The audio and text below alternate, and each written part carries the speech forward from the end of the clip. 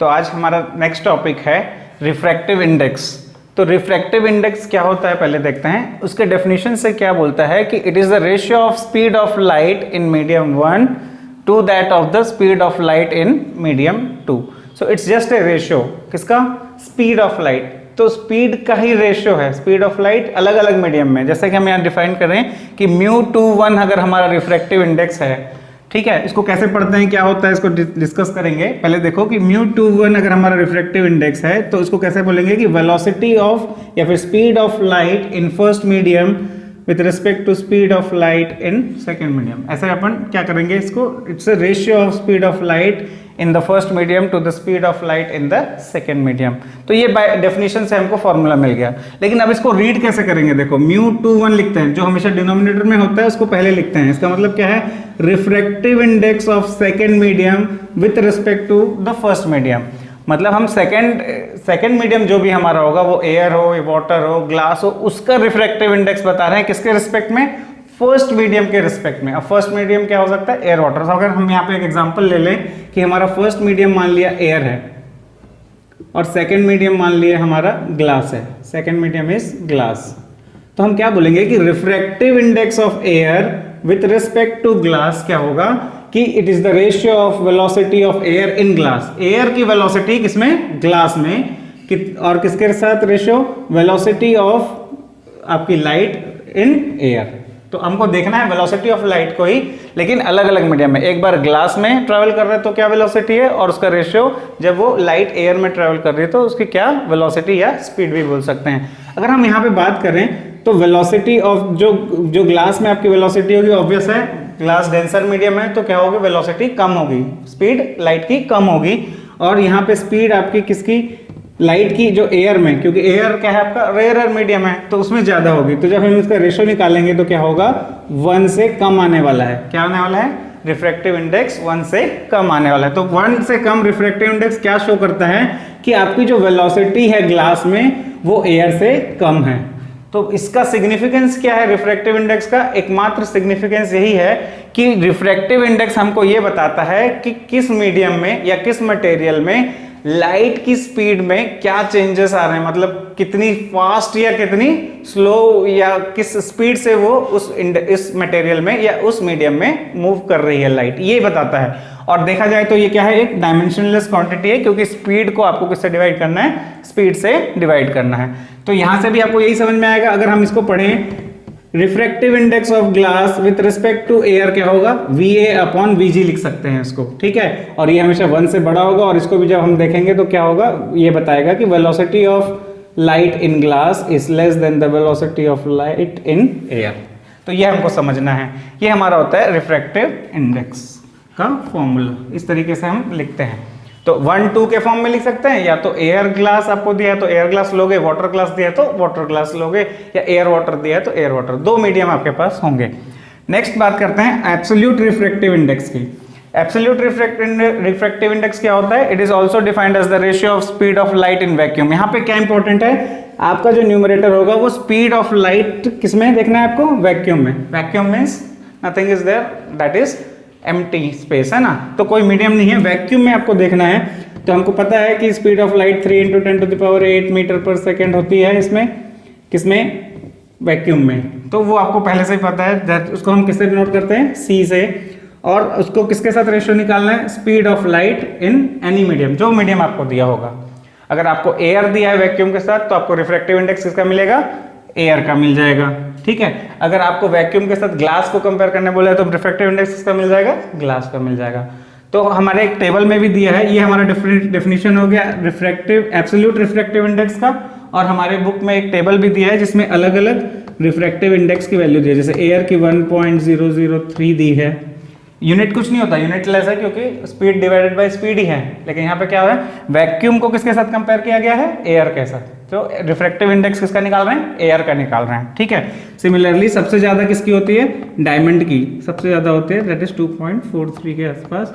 तो ये सबसे कम रिफ्रैक्टिव इंडेक्स है किसी भी मटेरियल की, और ये सबसे ज्यादा है। और इस टेबल बीच में हमारे बुक में जो टेबल दिया है उसमें बहुत डिफरेंट मटेरियल्स या मीडियम्स के लिए क्या दिया है, रिफ्रैक्टिव इंडेक्स उसकी दी है when compare to the vacuum. तो एब्सोल्यूट रिफ्रैक्टिव इंडेक्स होती है अगर एक ही लिखा है, दो लिखा है तो विथ रिस्पेक्ट टू होती है। तो ये ध्यान रखना है। एप्लीकेशन ऑफ रिफ्रैक्शन, जनरली हमको हमारे इस टॉपिक पे इस सिलेबस में आपके जो चैप्टर 10 के रिफ्रैक्शन में जो हमारा एप्लीकेशन ऑफ रिफ्रैक्शन है जनरली लेंस के ऊपर ही हमको देखना है। तो अब हम देखते हैं कि लेंस क्या होता है। एप्लीकेशन लेंस में है तो लेंस का डेफिनेशन पहले देख लेते हैं। It is a transparent material bounded by two surface of which one or both the surfaces are spherical. मतलब एक ट्रांसपेरेंट मटेरियल होगा आपका, वो कुछ भी हो सकता है, ग्लास, प्लास्टिक, जिससे क्या होगा कि लाइट क्या हो सके, पास थ्रू हो सके। तो वो क्या हो सकता है आपका एक ट्रांसपेरेंट मटेरियल होगा बाउंडेड बाय टू सरफेस। तो it may be it is always bounded by two surface, या तो दोनों स्पेरिकल हो सकते हैं या दोनों में से एक स्पेरिकल हो सकता है। अगर हम देखें डायग्राम बना के तो ये दोनों स्पेरिकल सरफेस क्या है, बाउंड हो जा रहे हैं। ये आपके बाउंडेड ट्रांसपेरेंट मटेरियल है बाउंडेड बाय टू सरफेस और दोनों कैसे हैं, स्पेरिकल। तो इसको हम लेंस बोल सकते हैं, या फिर हम क्या बोल सकते हैं कि दोनों में से एक एटलीस्ट स्पेरिकल होना चाहिए। अगर ऐसे होगा तो भी हम इसको लेंस बोल सकते हैं। या फिर अगर हम बात करें कि इधर वाला स्पेरिकल है और इधर वाला फ्लैट है तो भी क्या होगा, यही भी लेंस होगा। तो it is a transparent material, it is bounded by the two surfaces and दोनों में से एटलीस्ट एक क्या होना चाहिए, स्पेरिकल होना चाहिए। या तो दोनों स्पेरिकल होगा तो भी प्रॉब्लम नहीं है। तो उसी बेसिस पे हम पढ़ते हैं दो टाइप के लेंसेस, स्पेरिकल लेंसेस को। तो लेंसेस में आपका है पहले कॉन्वेक्स लेंस और कॉनकेव लेंस। दो टाइप के लेंस होते हैं, कॉन्वेक्स लेंस और कॉनकेव लेंस।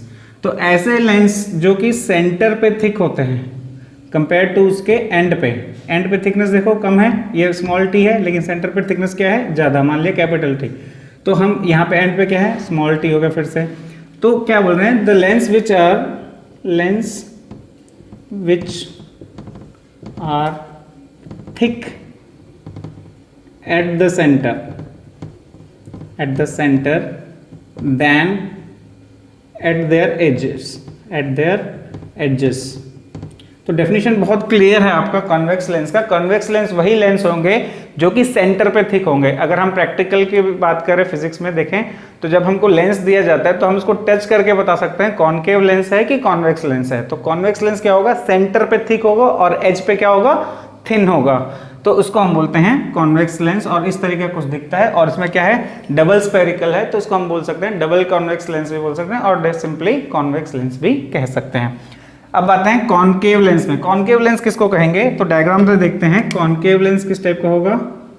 इस तरीके का उसका कुछ डायग्राम होता है, देखें तो एंड पे क्या होता है, थिक होता है। जैसे यहाँ पे टी है, कैपिटल टी, और यहाँ पे थिकनेस क्या है, स्मॉल टी है, और यहाँ पे फिर से क्या हो गया, कैपिटल टी। मतलब यहाँ पे थिकनेस ज्यादा है एज पे, तो हम क्या बोल सकते हैं, लेंस विच आर थिक। कहाँ पे है, सेंटर पे थिक नहीं है इस बार कहाँ पे, थिक एट द एडजेस। और किसके कंपेयर में, देन एट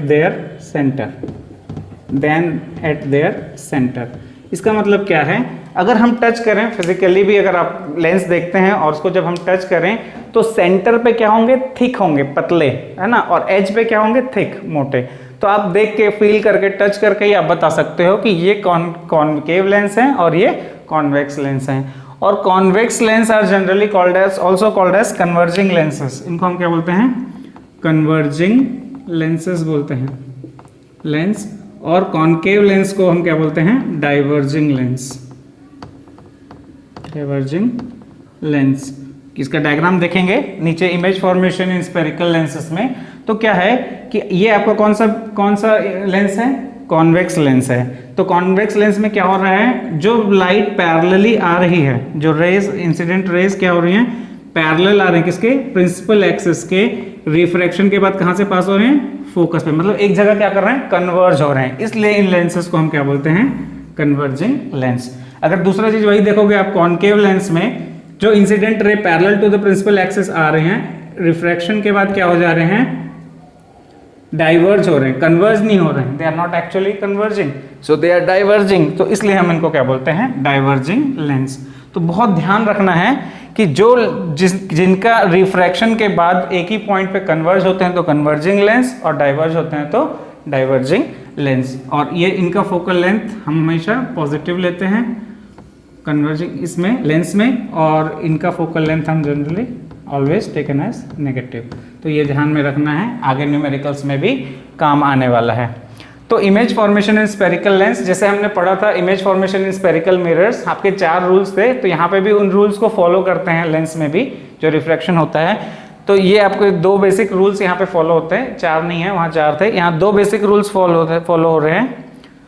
देखिए आपका जो पैरेलल रेज हैं रिफ्रैक्शन के बाद कहाँ से पास होंगी, फोकस से, सेम है जो कि स्पेरिकल मिरर्स में था। और कॉनकेव लेंस में भी क्या हो रहा है, यहाँ पे भी देख सकते हो, जो पैरेलल हैं, पैरेलल इंसिडेंट रेज हैं रिफ्रैक्शन के बाद, वो नहीं तो उनका लाइन ऑफ एक्शन कहाँ से पास होगा, फोकस से ही पास होगा। तो ये एक रूल को फॉलो करते हुए हम क्या करते हैं, इमेज फॉर्मेशन करते हैं स्पेरिकल लेंस में। दूसरा क्या रूल्स था आपका, दूसरा रूल्स था कि अगर कोई लाइन फोकस से आ रही है तो वो कहाँ से पास होगी, अगर मान लो फोकस से आ रही है इंसिडेंट रे, तो क्या होगी, रिफ्रैक्शन के बाद पैरेलल एक्सिस के क्या हो जाएगी, आपकी प्रिंसिपल एक्सिस के पैरेलल हो जाएगी। और कोई जो पोल पे आती थी अभी तक, लेकिन यहाँ पे पोल नहीं होता, हम लेंस में क्या यूज करते हैं, टर्मिनोलॉजी, एक ही टर्मिनोलॉजी का डिफरेंस है, पोल के बदले हम ओ यूज करते हैं, जिसको हम बोलते हैं ऑप्टिकल सेंटर। तो बाकी सारे टर्मिनोलॉजी सेम है, इंसिडेंट रे सेम है, रिफ्लेक्टेड के बदले रिफ्रैक्टेड रे है, और पोल के बदले क्या है आपका ऑप्टिकल सेंटर है। प्रिंसिपल एक्सिस सेम है, ठीक है, और बाकी फोकस, सेंटर ऑफ कर्वेचर, सारे डेफिनेशंस यहाँ पे सेम है, वैसे ही बताया जाता है, बस मिरर के जगह क्या यूज करेंगे, हम लेंस यूज करते हैं। तो इस तरीके से हमारे पास रूल्स के आधार पर जो हम इमेज फॉर्म करते हैं रूल्स के हेल्प से, तो उसी टॉपिक में हम पढ़ते हैं इमेज फॉर्मेशन इन स्पेरिकल लेंसेज।